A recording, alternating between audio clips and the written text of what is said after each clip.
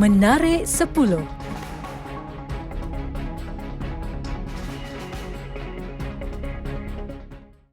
Pesuruhjaya Polis Sarawak CP Dato' Aidi bin Ismail menerima kunjungan Panglima Medan Timur Tentera Darat Malaysia, Lieutenant Jeneral Dato' Marzuki bin Mohamad sempena kunjungan mesra beliau ke IPK Sarawak. Dalam pertemuan tersebut, peluang turut diambil bagi membincangkan sedikit sebanyak perihal keselamatan yang melibatkan keselamatan sempadan Sarawak, kerjasama PDRM dan ATM dalam mengekang kemasukan pendatang asing tanpa izin dan penyeludupan barang haram, dagangan dari Sarawak ke negara jiran maupun sebaliknya. Berkuat kuasa pada 14 Disember 2020, rakyat Sarawak yang kembali dari luar negara dan memasuki negeri itu kini hanya diwajibkan menjalani kuarantin selama 10 hari di pusat kuarantin yang ditetapkan. Jawatan Kuasa Pengurusan Bencana Negeri JPBN Sarawak dalam kenyataan berkata mereka yang terlibat diwajibkan menjalani dan dilepaskan sekiranya keputusan ujian hari ke-8 itu disahkan negatif. Manakala bagi individu bukan rakyat Sarawak dan bukan warga negara Malaysia yang memasuki negeri itu dari luar negara adalah diwajibkan menjalani kuarantin selama 10 hari dan mengambil ujian saringan COVID-19 di pintu masuk pertama. Dengan cabaran cuaca di Sarawak, muralis tempatan Leonard Siau, seorang seni jalanan, mampu menghabiskan mural gergasi dalam tempoh 13 minggu. Dengan berbekalkan pengalaman selama 8 tahun, Leonard mampu menghabiskan mural gergasi seorang diri. Kegigihan beliau dipuji oleh Menteri Pelancongan Kesenian dan Kebudayaan Sarawak, Dato' Abdul Karim Rahman Hamzah, yang mampu mempromosikan pelancongan Pedawan sebagai kawasan yang strategik dengan dinding bangunan menghadap jalan utama Kuching Serian.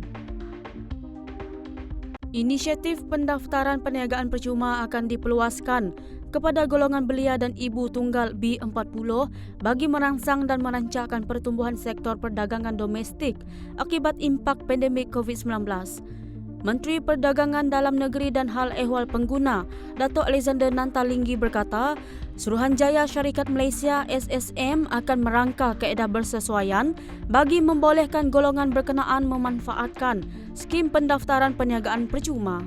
Kementerian Pendidikan KPM akan berunding dengan kerajaan negeri bagi meneliti isu sekolah daif secara tuntas, terutama perkara berkaitan hak milik tanah yang menjadi kekangan utama menyebabkan pembangunan sekolah berkenaan tidak dapat dilaksanakan. Menteri Kanan Pendidikan Dr. Razi Jidin berkata, pertikaian mengenai hak milik tanah dikenal pasti sebagai kekangan utama dalam usaha kementerian untuk memulihkan sekolah daif.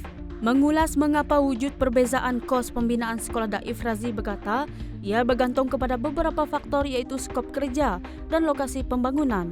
Menerusi penelitian katanya, sesetengah sekolah daif di lokasi tertentu hanya memerlukan pembinaan berskala kecil dan tidak perlu digantikan sepenuhnya.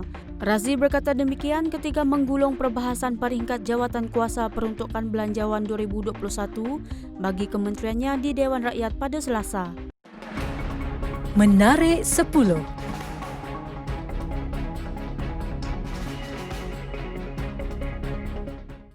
Penubuhan Unit Komunikasi Orang Kurang Upaya OKU oleh Kementerian Komunikasi dan Multimedia Malaysia KKM akan memudahkan suara golongan itu didengari sekaligus membolehkan nasib OKU lebih terbela. Ketua Pegawai Eksekutif Persatuan Bagi Orang Buta Malaysia MAB George Thomas yang mengalu-alukan penubuhan unit itu berkata, penyampaian komunikasi yang baik dan terancang akan membantu golongan OKU memperoleh peluang membaiki diri, seterusnya menjadikan mereka lebih berdikari termasuk dalam aspek kewangan.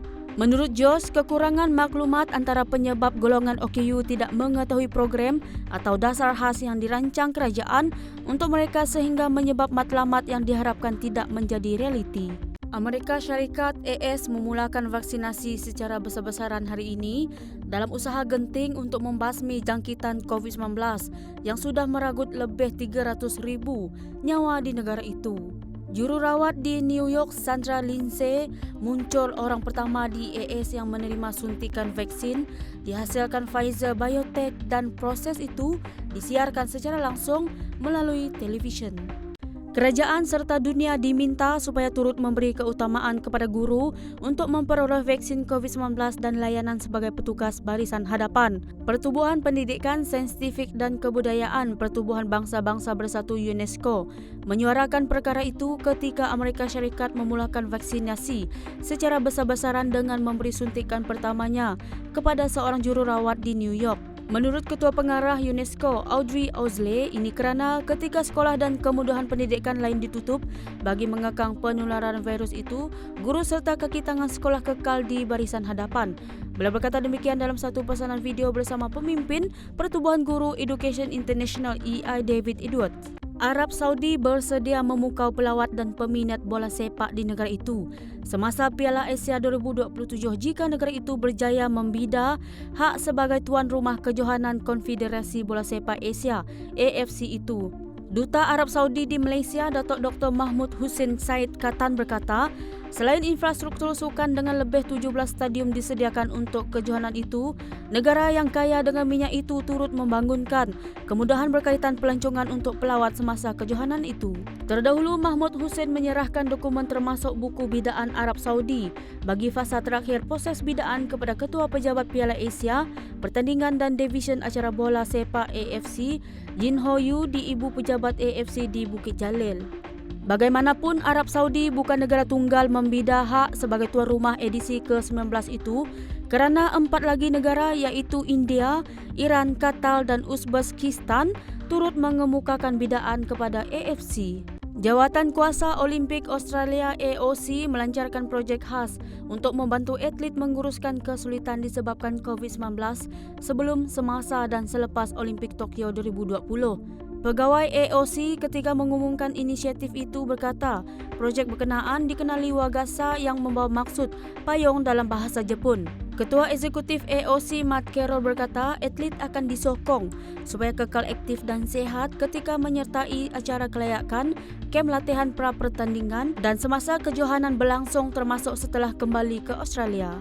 AOC mengumumkan kerjasama dengan pakar kesihatan Aspen Medical untuk menyediakan nasihat dan perkhidmatan yang sesuai bagi membantu proses tersebut.